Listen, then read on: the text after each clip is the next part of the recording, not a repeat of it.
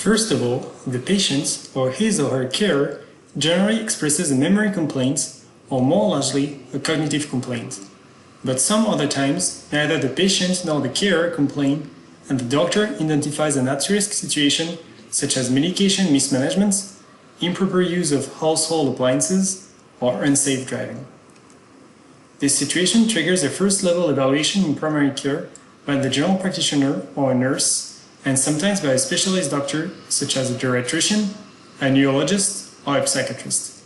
A thorough clinical interview must be proposed, gathering the social context information and exploring the quality of the complaint, the patient's comorbidities, and current treatments.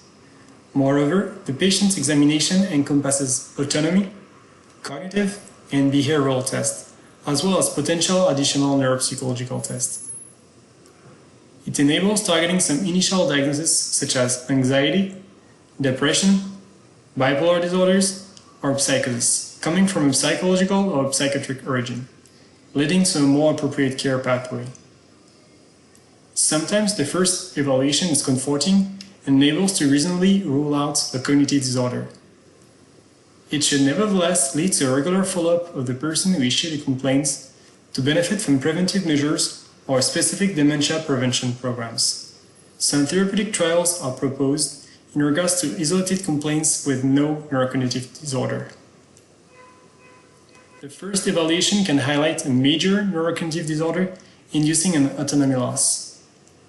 It must trigger a second evaluation level realized by the general practitioner or the specialist, including an encephalic imagery interpretation, especially an encephalic MRI, biology test results looking for metabolic and endocrine troubles such as diabetes or dysuria.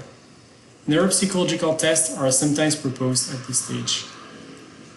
A diagnosis of Alzheimer's disease and related diseases may sometimes be disclosed to some patients, ranging from Alzheimer's disease to vascular encephalopathy, Lewy body dementia, or frontotemporal lobar degeneration.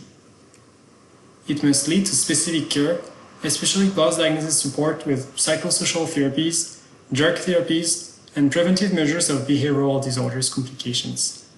The patient may also participate to therapeutic trials in some cases. It sometimes leads to other diagnoses such as metabolic troubles, neurological affections such as hydrocephalia, intracranial vascular process, or even slowly developing benign tumors.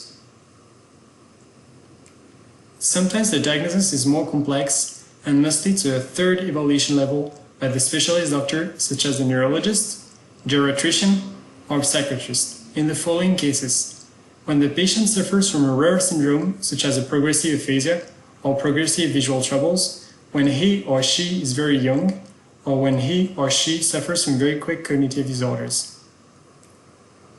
This third level may include sophisticated examination such as the analysis of the cerebrospinal fluid extracted by a lumbar puncture, PET, brain scintigraphy, or electrocardiography. In those cases, it leads to the rare diagnosis of autoimmune or paraneoplastic encephalitis or brain disease. These diagnoses lead to appropriate care.